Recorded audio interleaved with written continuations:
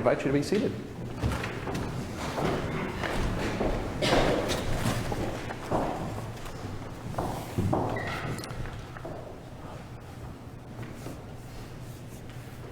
How often do you get messy?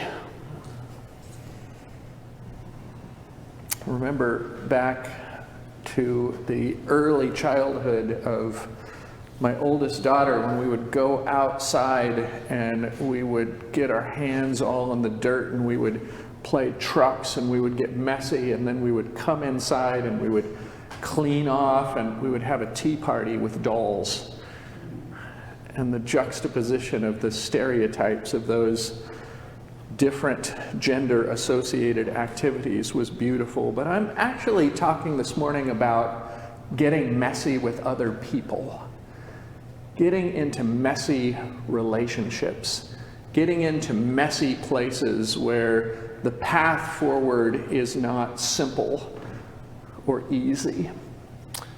And I'm thinking particularly this morning about one in our midst who agreed to take someone into her home because there was a particular circumstance and a need, and she said, "You can come and live with me for a period of time." And it got messy.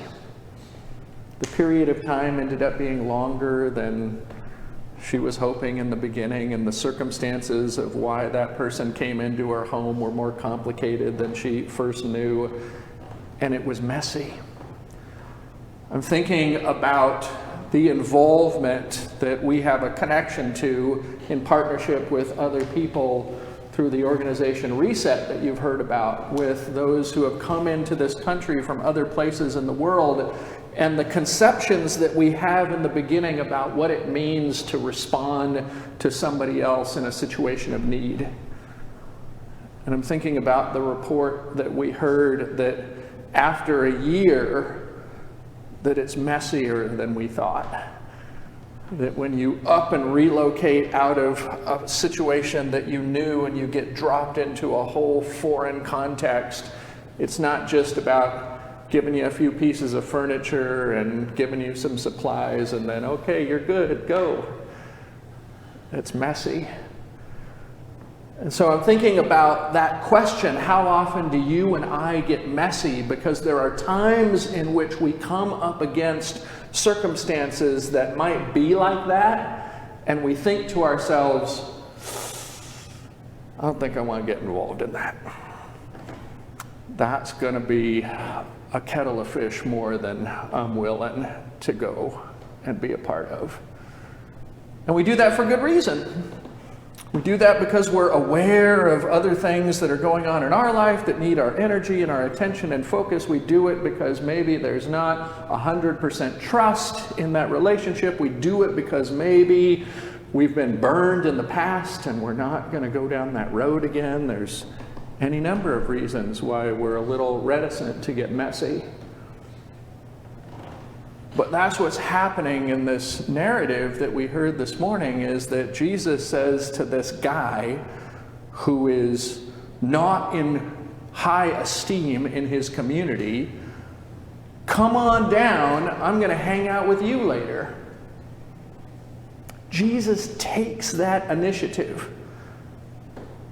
Now, what I want to invite you to remember, not so much in Luke's gospel, I'm going to do a little gospel crossover this morning, but in Mark's gospel, we're often hearing about how Jesus is saying to those around him, shh, don't tell anybody.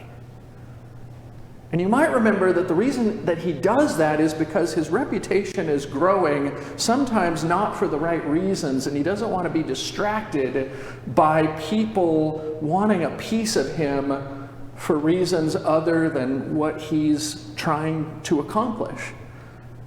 But in this story, he's intentionally inviting an encounter and intentionally putting himself into a situation that's going to get messy. And we hear immediately, before they even hang out together, that people are grumbling. He's gone to be the guest of one who's a sinner. And imagine what that's like for your reputation if you're a religious leader. You're supposed to kind of, keep your hands clean. Story of the Good Samaritan, right? They didn't stop and help the guy in the ditch because they were afraid that it'd mess up their plans for the day. That's a different story we'll revisit when it comes around. But for Jesus, the idea that he's teaching righteousness and he's teaching about holiness and he's teaching about how to be in good relationship with God, and then he intentionally gets mixed up with this probably thief. You may remember that the reason why tax collectors weren't held in high esteem, to put it mildly, is that they derived their income from skimming off of the top of what they collected for their own resources. Tax collectors weren't paid a salary, and so the way that you had to get yours was by extorting a little extra and keeping it beyond what you passed along to the government. So of course nobody's going to appreciate that guy. And Jesus says, I'm going to go to your house today. And people thought poorly of him for doing that. And then we heard what happens at the outcome, that Zacchaeus has some kind of epiphany moment, some kind of conviction. He has some kind of realization that the way in which he has been going about his business has been predatory, has been abusive, has been unfair. And he says, if I've defrauded anyone of anything, I will pay back 4 times as much. Now that's a nice ending to the story.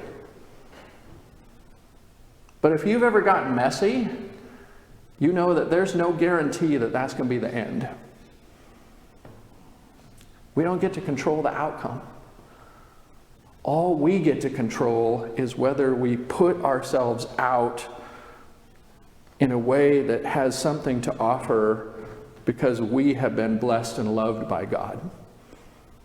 And sometimes there's a really wonderful, beautiful Hallmark ending, and other times it's painful, and other times it's disappointing, and other times we might even feel taken advantage of. There's all this stuff in the mix. That's why it's called messy. But we get that example anyway. Think about the number of times that God has wastefully and recklessly showered blessing into your life and you didn't even realize it. I will speak for myself. That happens on a regular basis.